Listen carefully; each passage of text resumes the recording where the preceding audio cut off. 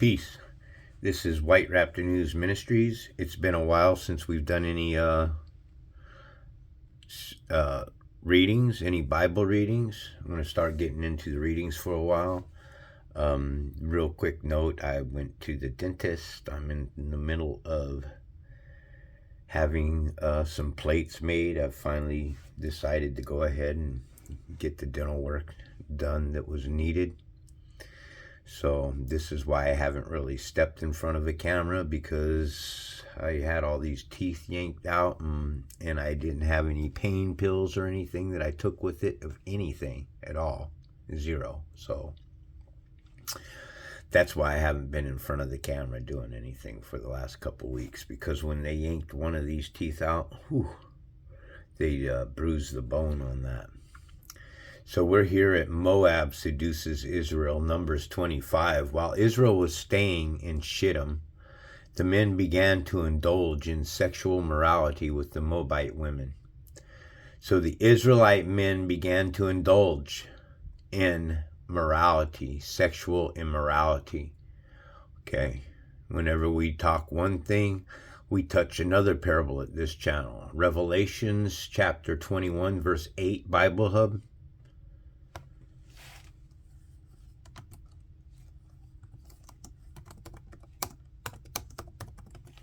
Okay, this is how we roll. You touch one parable, you go to another parable for confirmation. This is the way you read the Bible, precept upon precept, line upon line. A new heaven and a new earth, okay? And it says, but to the cowardly and unbelieving, and the abominable and murderers and sexually immoral. Okay, so what is sexually immoral? Those that engage fornications, man who prostitutes himself, or a woman that prostitutes herself. They engage in debauchery. Porneus is the word, and this is where you get the word porn, as in pornography. Okay, so anytime you're engaging in this kind of behavior, you're not walking righteous before the God of Israel. Now, the God of Israel in this Bible, his name is Yahweh.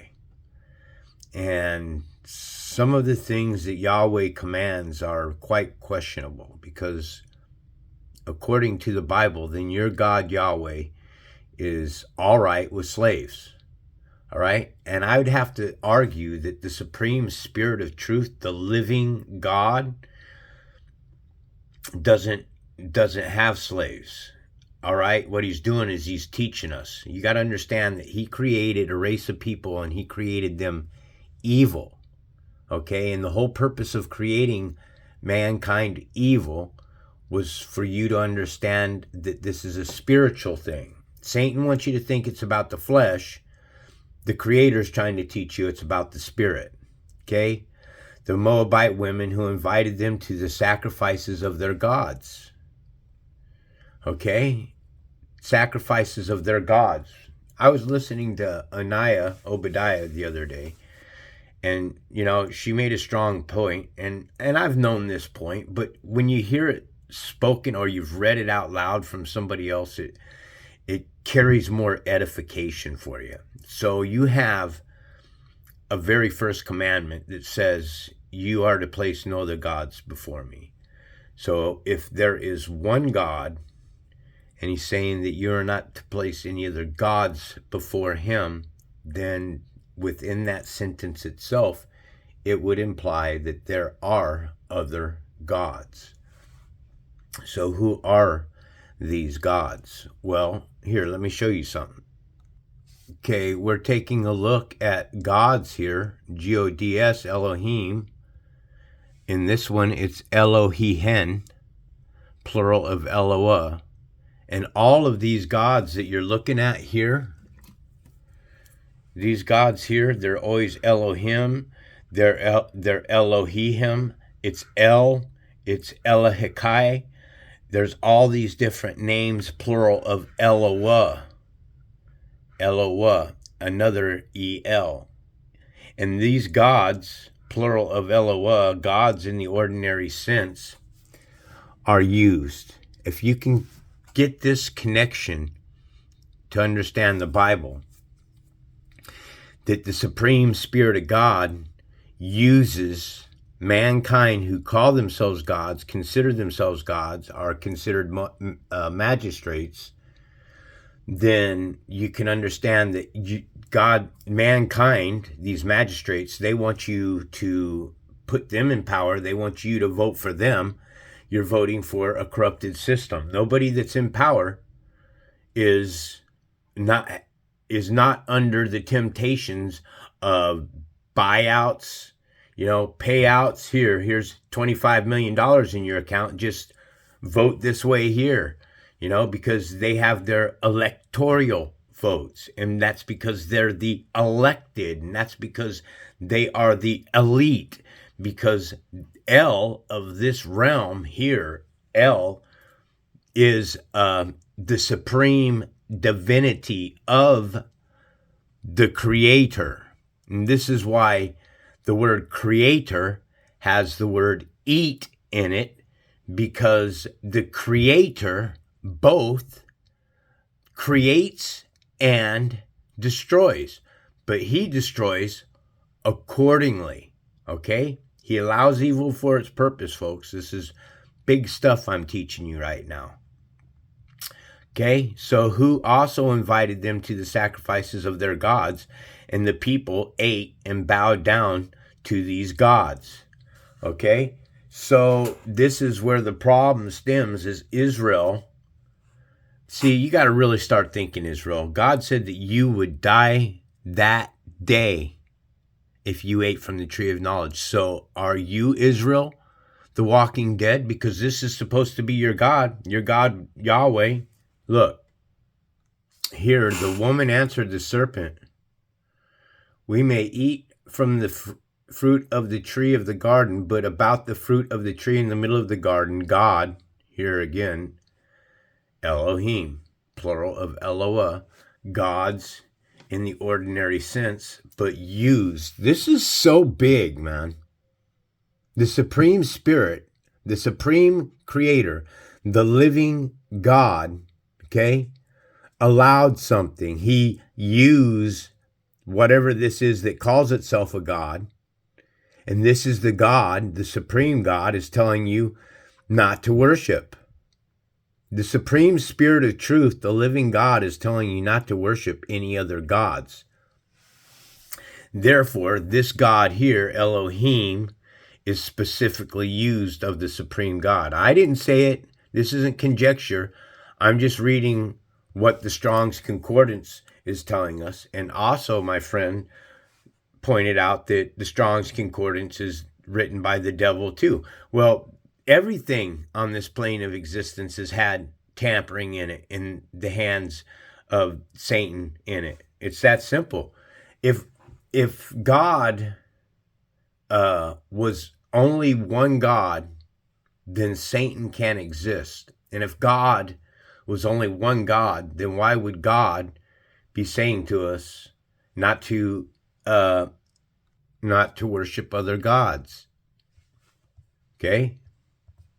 So clearly there must be other gods, and then that would cause a lot of conflict and discord and confusion. Okay? Because you have one God that's telling us to worship him and worship him alone. And then you have another God that's talking about Trinity and everything on this plane of existence. All religions, every Trinity, all religions are Trinities, all of them, who invited them to sacrifice to their gods. Okay? Mankind, passed away gods, Zeus, Apollo, Mercury, their gods. Okay? The people ate the sacrificial meal and bowed down before these gods. So Israel yoked themselves to the Baal of Peor. Baal is the devil, and the Lord's anger burned against them. So how many of Israel's today do you think still are into the pagan religion? They still cut trees down from the forest. They line them with lining of silver and gold. They fashioned them with hammer and nails to the bottom with stands so that they will not totter. You're doing all these things. See, this whole fight, this whole spiritual fight that's taking place, folks, is between spirit and flesh. If you can understand that when I talk about Satan, Satan as a whole, as I'm talking about the body, I'm talking about Christians, I'm talking about anything or anybody who worships anything or anybody as an idol and places them before the Spirit. This is the fall away. In the beginning is the fall away. The Lord said to Moses, take all the leaders of these people, kill them and expose them in broad daylight before the Lord, so that the Lord's fierce anger may turn away from Israel. Well, hold on, man. We've been listening to the Lord here, who's been making a covenant, an everlasting covenant with Israel.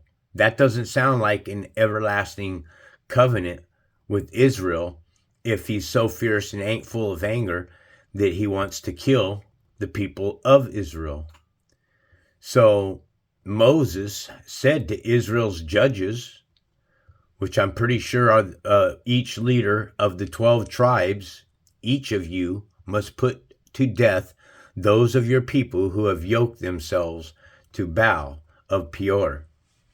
And another question to ask yourself is, why not destroy those that yoked themselves to Baal and Peor and those that taught God's children about these other gods? Why not wipe them out as well? Because these are the crooked serpents, okay, that are created on the 6th day of creation. Then an Israelite man brought into the camp a Midianite woman right before the eyes of Moses and the whole assembly of Israel while they were weeping at the entrance to the tent of meetings. When Phinehas, son of Eleazar, the son of Aaron, the priest, saw this, he left the assembly, took a spear in his hand, and followed the Israelites into the tent. He drove the spear into both of them, right through the Israelite man and into the woman's stomach. Then the plague against the Israelites was stopped, but those who died in the plague numbered 2,400. 2 plus 4 is 6 again. Also, looking here, it was a Midianite woman. And wasn't Moses married to a Midianite woman? I do believe he was. Just looking at that real quick. The Lord said to Moses, Phinehas, son of Eleazar, the son of Aaron, the priest, has turned my anger away from the Israelites. Since he was as zealous for my honor among them as I am, I did not put an end to them in my zeal. Therefore tell him I am making my covenant of peace with him. He and his descendants will have a covenant of a lasting priesthood, because he was zealous for the honor of his God and made atonement for the Israelites. So a man just made atonement for the Israelites before God, and then that's placing a God before God. That makes no sense within itself as well. The name of the Israelites who was killed with the Midianite woman was Zimri, son of Salu, the leader of the Simonite family. And the name of the Midianite woman who was put to death was Cosbi, daughter of Zur, a tribal chief of the Midianite woman family. Now, don't you find that so odd that they put this Midianite woman in the Bible and even named her when there's so many other prophets of the Supreme Spirit who had daughters whose names weren't ever even mentioned? The Lord said to Moses, treat the Midianites as enemies and kill them. Wow. Okay. What happened to Well, here, let me just show you. Here, Genesis 9:6 tells us, whoever sheds the blood of man, this is supposed to be God, the covenant of the rainbow. God's giving command to Noah right here, telling him, whoever sheds the blood of man, by man's blood will be shed. For in his own image, God made mankind. Mankind is ruddy from Adam, a human being. I don't agree with this. I don't agree that mankind are human beings. I believe that man is a human being, and this is another word that was grafted, used. This is, when I see this word, I think image, God, his own image. God has made mankind. God made mankind in an image, remember? I don't play around. Look, Genesis 1:27 Bible Hub. So God, remember, this is Elohim, created man in his own image. This God here is being used in an image. This image is an illusion. And the word image has mage in it. And in the image of God, he created him, one man. Why not? He created him and her, male and female, because this man that's being created on the sixth day of creation is both a male and female, meaning it has both male and female genitals. Okay? He created them, and this is where you get your theys and thems. Genesis chapter 5, verse 2, Bible Hub.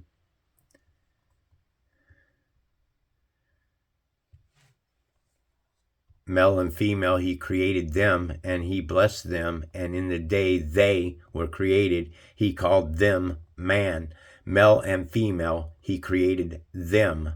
This is where they're getting their theys and thems. Okay? You got to understand that the creation story here, Revelations 13:18 Bible Hub. Here's a call for wisdom. Let the one with insight calculate the number of the beast that's created on the sixth day of creation, for it's the number of a man that was created on the sixth day of creation, and that number is 666. You see, because in Genesis chapter 1, verse 25, Bible Hub,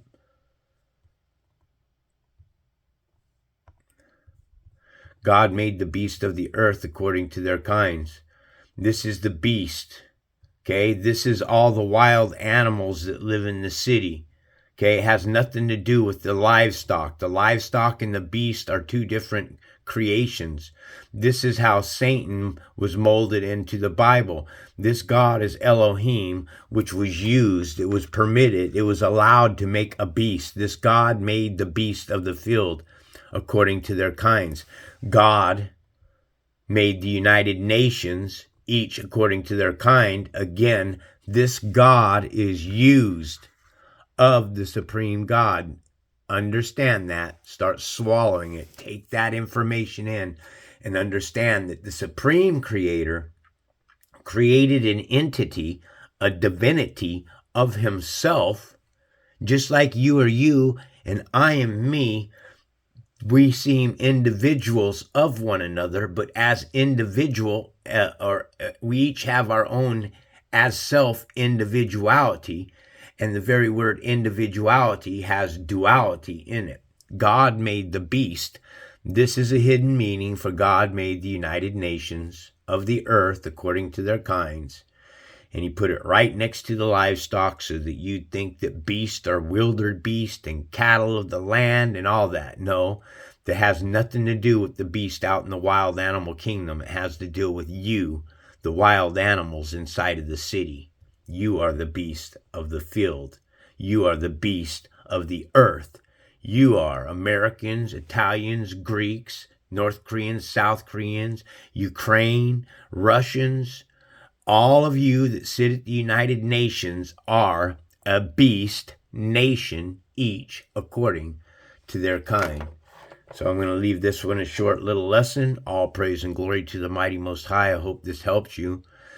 If you're new to this channel, and I did pick up about over 100 subscribers the last couple of weeks from doing shorts, I've broken the code to 666.